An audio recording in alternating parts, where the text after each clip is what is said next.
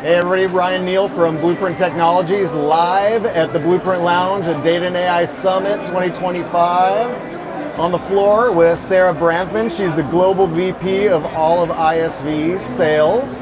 So Sarah, thanks for sitting down and talking with us. Oh, I'm thrilled to be here. You see some of the coolest tech out there and work with some of the fastest growing, coolest companies. And your schedule's been slammed. You said you just got here down on the expo floor. Apparently there was a drone show and I missed that. I was too busy with our awesome partners and awesome customers, and those they keep me in the office tucked away in these meetings. Yeah. But sounds like it's been amazing down here. It's been, and this is our 8th Data and AI Summit so far, and it keeps growing. Every year it's sold out before. This is the most crazy one that we've been to so far. So we think, you're super busy. Thanks for taking the time to sit down. You guys are super important, so it's awesome. I'm honored to be here. Appreciate that. So we've been dealing with SAP, helping customers for about a decade, making sense of SAP data, mostly from getting it out of SAP to get it to be combined with other data sources and make it useful for the business. Tell us about SAP Databricks and the partnership, because we're super excited about it. Yeah, and the partnership represents a massive opportunity for Blueprint, a massive opportunity for the partner ecosystem overall, all the other types of ISVs, data partners, built-ons, tech partners, and there was just this theme that kept going on. SAP data is the most critical data that an enterprise can have. The SAP data is really what makes any company unique. You think about the ERP data, you think about Concur, Ariba SuccessFactors, so your procurement, your HR, all of this data is what makes a company unique. It is almost like the supply chain data is company's intellectual property. It's the differentiating IP of it, right? Completely. Yeah. And so it turns out that data isn't only important, but when you use it intelligently, it fuels different business outcomes. Yep. And even though this has been so important, and you guys have been working with customers for years, as has Databricks, it's not been that easy to get the data out. It's some of the most difficult data to work with. It's just natural because of how long the platform's been around, how unique the data is. So how are you guys actually solving that? Yeah, well, if you think about the different problems, it's like there's high cost, there's low quality, it's hard to activate it in more modern platforms. So we're solving it with this partnership. This partnership is the answer to making it easier for customers to unleash the power of their SAP data. So it's all wrapped in with BDC, which is SAP's Business Data Cloud. And there are 2 flavors to the partnership. One of them is SAP Databricks, which is what you mentioned. So SAP Databricks lives within BDC. It's sold as an SAP product. And this is a tailored version of Databricks, tailored specifically for these SAP data-centric workloads, these SAP data-centric use cases. So that's one flavor. So the version of Databricks is going to be very particular to SAP and the way that it looks at data then. And the types of product features and functionality that are required to get the most of that data.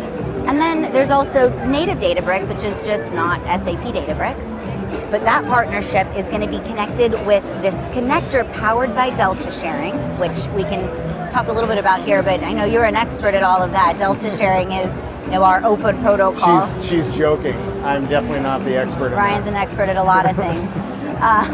But it's our open protocol for seamlessly sharing data, zero copy, get all the security and the lineage. And SAP sees the power of that, as do many other data partners.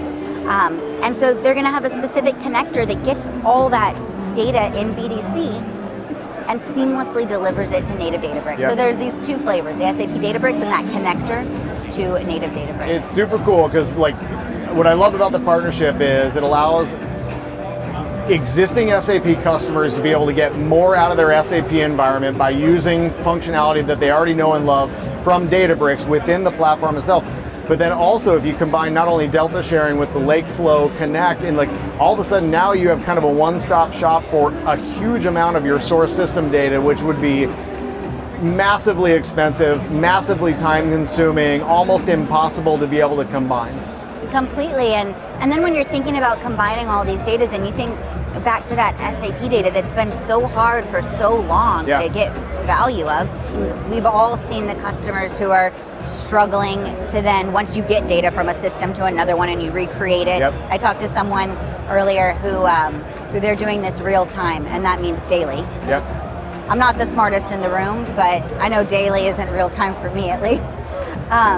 And so to have this content that's curated and semantically rich, then you blend that through Lakeflow, like you're saying, through other integrations that we have, through our data marketplace.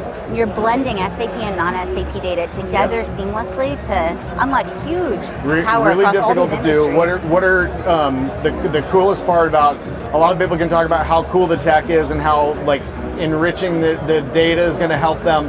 What are the use cases, the top use cases that anybody that's going to be watching this is going to be really excited about? Yeah, I think about it in 3 themes really, and these themes aren't just because I read about what good use cases should be. I mean, remember with both of us, we've been working with SAP data and Databricks for years. And so we've gone through and seen what are the most common themes there, and I put it into 3 categories. The first one, it's pretty, your gut would tell you anyway, but it's everything around supply chain. There are a ton of supply chain use cases that are just made more seamless with this partnership. Next, it's around industrial IoT and industrial AI. Okay, interesting. And then third, there's a lot of finance use cases. I mean, think about how you can optimize your working capital and all the things that unleashes for the CFO office that are very cross-industry. That's awesome. We love the applicability of it for every single industry, anybody that's using SAP. We're super excited about the SAP Databricks partnership.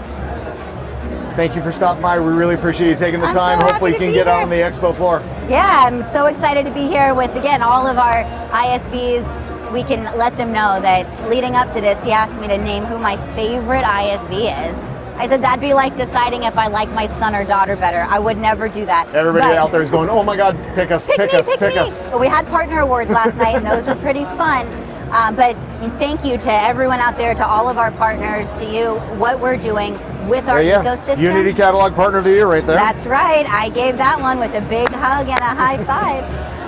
But we couldn't do what we're doing without our partners with these critically rich data sets, without our partners that are extending our platform up and down the data journey, and without our partners that are building on us being the engine that powers their product.